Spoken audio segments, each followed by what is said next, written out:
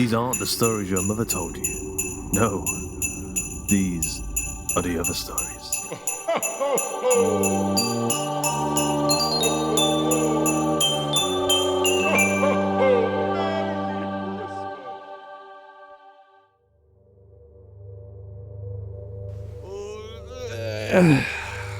That was a strange dream. I must have fallen asleep in my podcasting chair right after recording the end of year message and imagined an entire festive episode. It was a little inspiring, but I'd still say I'm not more than a third of the way to considering writing, recording and releasing a Christmas episode this year. Probably too late now anyway. We'd have to have thought about this in the summer and now it's far too... Oh, what now? Mark my footsteps, my good page, tread thou in the... Come in, man, and know me better. Andy? Andy Conduit Turner, are you... The ghost of Christmas present, exactly, well spotted. I was going to say, wearing my dressing gown, but... There's no time to reflect on that now, Luke. The character brief was expressly clear that I should really stay in the moment. Contemporary Christmas creep-outs exclusively. Now that I think of it, this description of the nature of my instructions is, in of itself, probably a little bit too past-centric, so moving swiftly on. So, are you the second of the ghosts Dan mentioned yesterday? Here to convince me to write a Christmas special for the podcast this year? Well, I couldn't possibly comment on what anyone said yesterday, mate.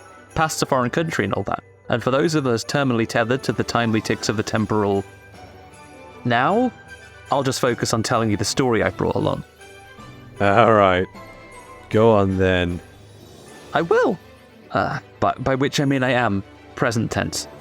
Okay, look, I can't promise to keep this up for an entire story, but let's just agree that the story I have for you is focused on the Christmas horrors of our present era. So settle in, old chum, while I tell you the story of... But you can't fuck with Christmas.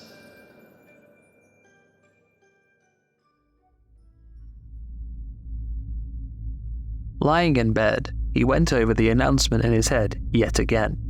And so you see that it's the commitment to both the diversity of our great country and our vision to level up our economy that's driven us to roll out the snow program to all employers in the UK this winter.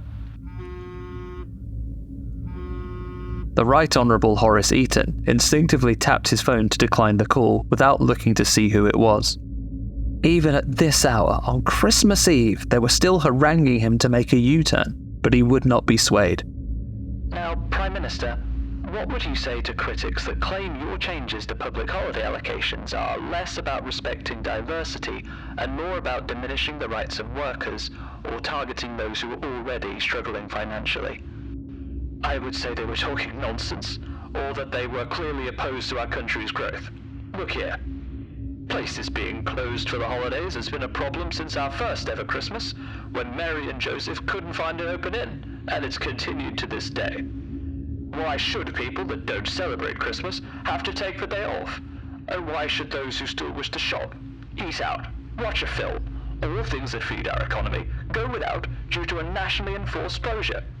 Shutting the country down at a cost of billions where only 46% of our population list themselves as Christian seems like a poor economy to me.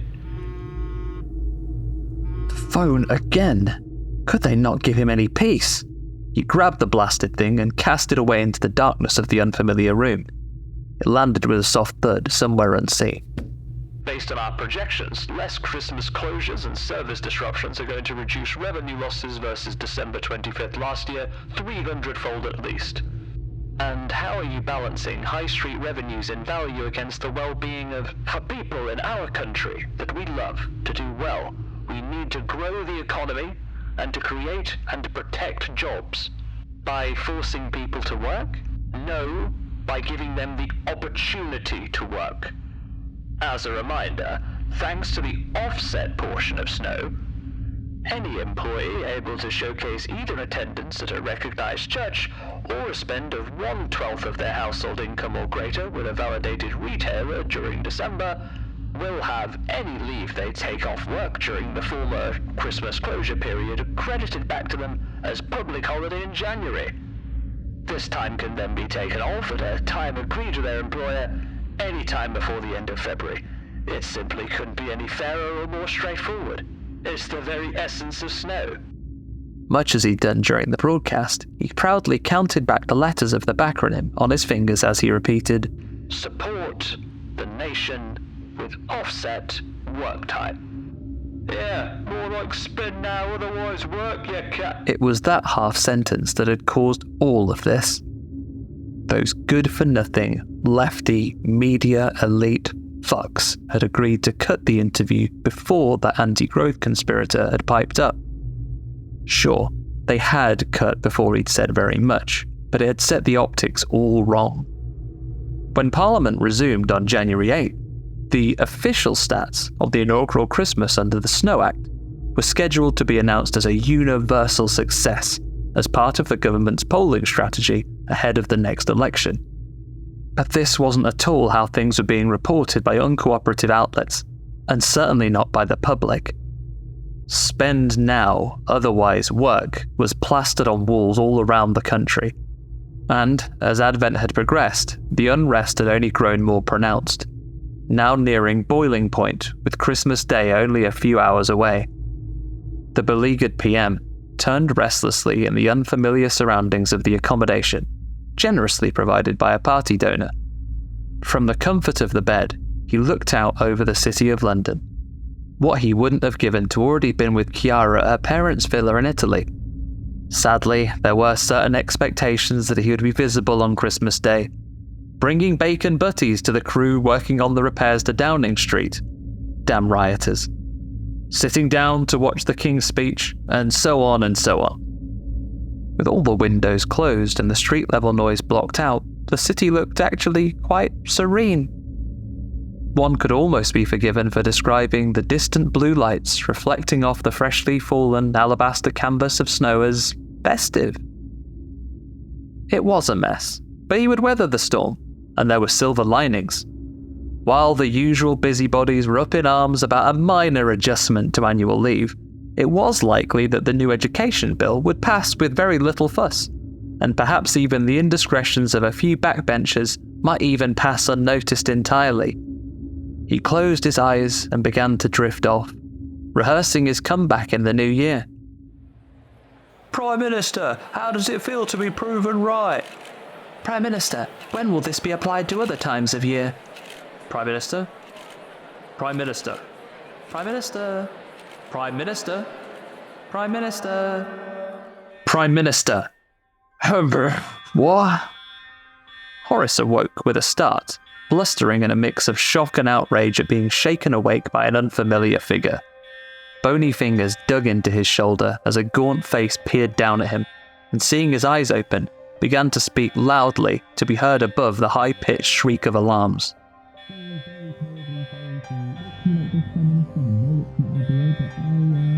Hate to tell you that the building is on fire, Prime Minister. I've been sent to oversee your egress. Like the activation phrase of a sleeper agent, the mention of fire sprang Horrace to immediate wakefulness. Leaping from bed, he looked frantically around the room for clothes to grab, or for any sign of his carelessly discarded phone. There's no time, sir. I'm afraid we need to move immediately. I will not be bustled out into the street in my pyjamas for all and sundry to gawp at, fire or no. Without another word, the man moved to the door of the suite and opened it. He then remained, holding it open, silently standing in silhouette beside the aperture. The removal of the barrier emitted a wave of greater noise from the smoke alarms, along with wisps of smoke and a palpable increase in heat. Point taken, Horrace thought, but opted not to voice. He thrust his feet into his slippers, which lay at the bedside, abandoned any further attempts to dress, and scurried past the aide into the corridor beyond. It was hot, noticeably so, despite a lack of visible flames. Horrace felt beads of sweat forming at his brow as he hurried towards the stairwell, his escort following behind. Half leaning into habits, half a deliberate method to calm himself, he began speaking. Bloody protesters! They'll all do life for this! It's nothing short of treason! On Christmas night, too! Whatever happened to peace and goodwill to all men. Now that was good. He'd use that later when he addressed the press. Maybe even still in these pajamas. Very humanizing. Oh, this wasn't a protest, sir. Horrace glanced back. The staff member, walking a few paces behind, took this reaction as a cue to continue. This is a simple accident, sir. Kitchen staff are thin on the ground. Those who can afford to have taken Christmas off are long gone. Those with no option other than to work are exhausted, miserable, and, shall we say, a little lax on making sure everything is switched off before they spend a not insignificant portion of what they earn today. In the case of the cook who was on close tonight, 18.9% of her daily wage, getting home for a few simple hours before they do all of this again tomorrow. Merry Christmas, one and all. I'm not sure I like your tone, young man. Remember your place. He couldn't be certain if he was choking on the smoke or the outrage. He neglected to ask the man's name, and as he fixed him with a glare, he noted that he wore a simple black suit as opposed to any uniform, or anything bearing any department insignia. Whoever he was with, his superiors would be notified of this attitude. Civil servants are meant to be strictly apolitical. My sincerest apologies, sir. You are indeed right. Civility is indeed the most important thing at a time like this. That and checking for... Reaching the door to the main stairwell, Horrace put his shoulder to it.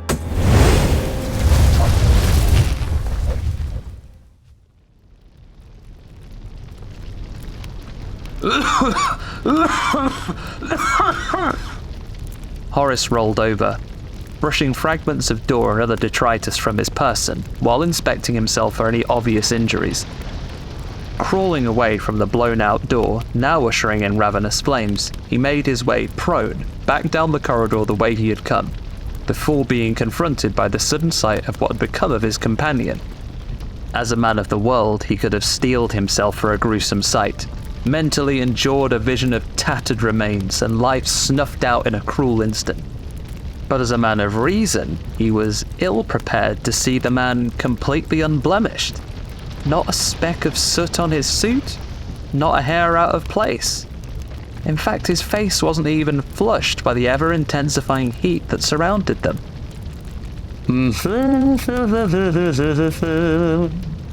You know, Prime Minister, you weren't entirely wrong.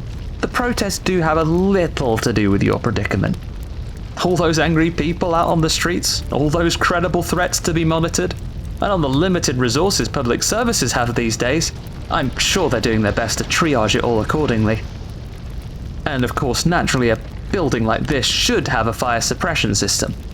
He glanced up at the passive sprinklers in the ceiling, drawing Horrace's attention to the same as a dribble of liquid impotently escaped from the nearest faucet overhead. Of course, it was recently ruled that building owners may now self-certify that their fire suppression systems are in working order. Perhaps someone just didn't pay enough attention to the online training resources on building maintenance. Who am I? So kind of you to ask, sir. It really is.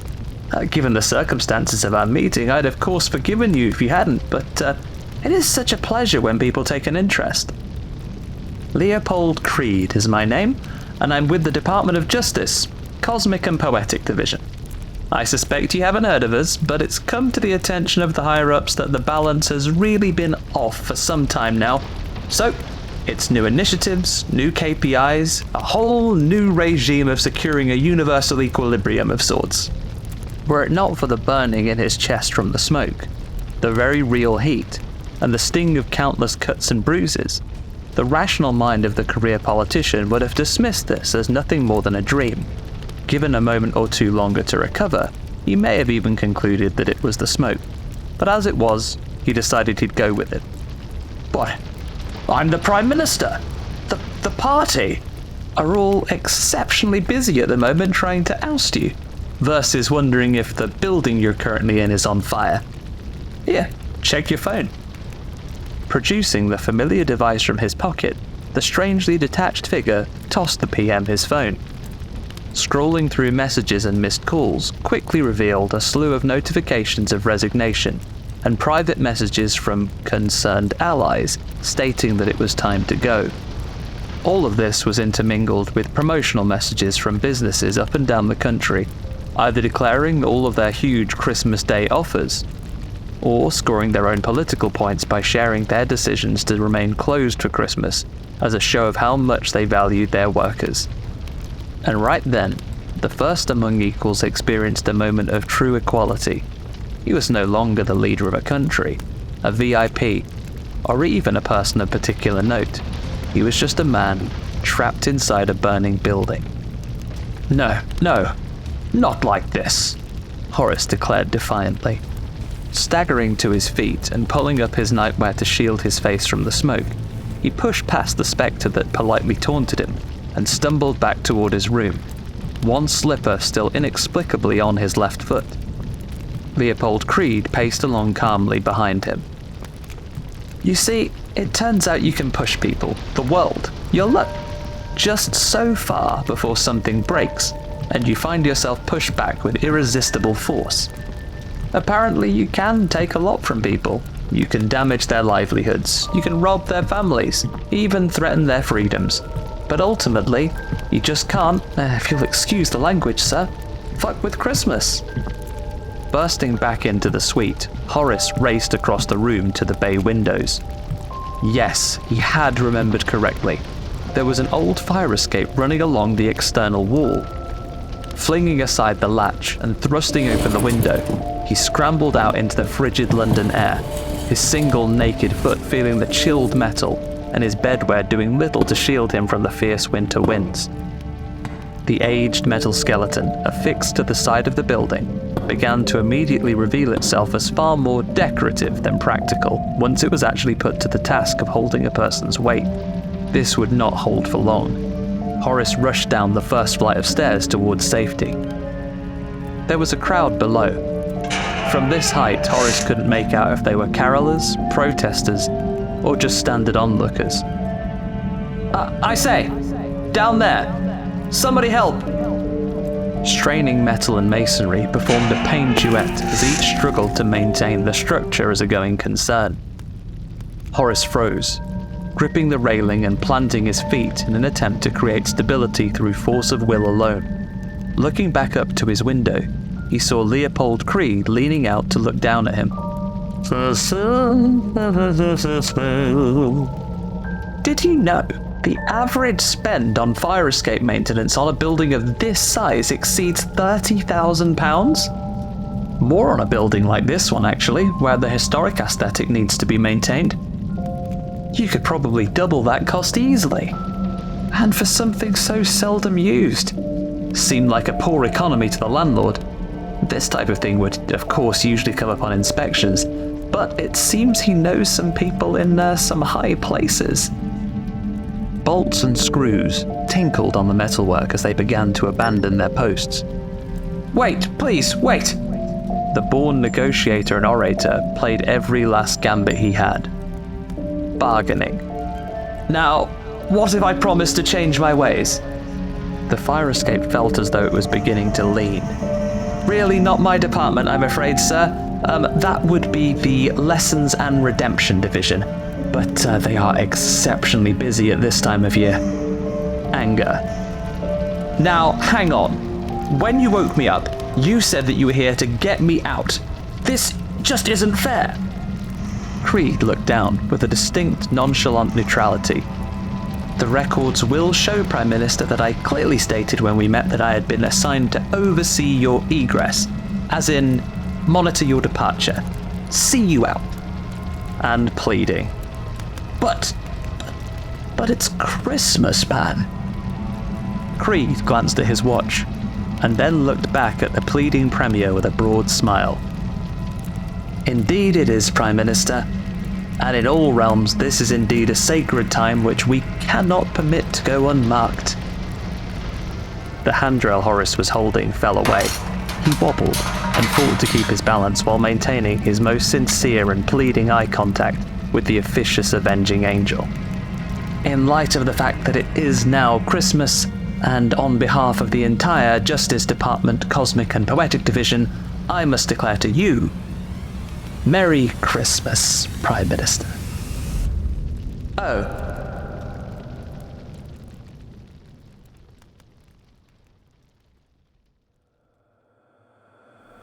Today's episode of The Other Stories was written and narrated by Andy Conduit Turner, with wraparound segments written by Andy Conduit Turner and wraparound extra narration performed by Luke Condor, that's myself, and Andy Conduit Turner. Produced by James Barnett, aka Jimmy Horrace himself, with music by Dark Fantasy Studio and Beat Mechanic and Duncan Muggleton and Tom Robson, and sound effect provided by freesound.org and Boom Library. The episode illustration was provided by Luke Spooner of Carry On House. A quick thanks to our community managers Joshua Boucher and Jasmine Arch, and to Joshua Boucher for helping with our submission reading, and of course to Ben Errington, the mistletoe of social media, his posts serving as a virtual gathering place for friends and followers to share a kiss or two of digital interaction. Andy Conduit Turner is a writer, editor and podcaster from the UK with a love of horror stories across all mediums. You can find his stories featuring on several volumes of The Other Stories published by Horde Comics and more. You'll find Andy himself at AndyCT Writes on Twitter, on the Horror Hangout podcast discussing the best and worst of horror films. Oh, and he's standing right behind you. The Other Stories is a production of the Story Studio Hawk and Cleaver and is brought to you with a Creative Commons Attribution Non-Commercial No Derivatives license. That means don't change it, don't sell it, but by all means share the hell out of it. So, Merry Christmas, you filthy animals.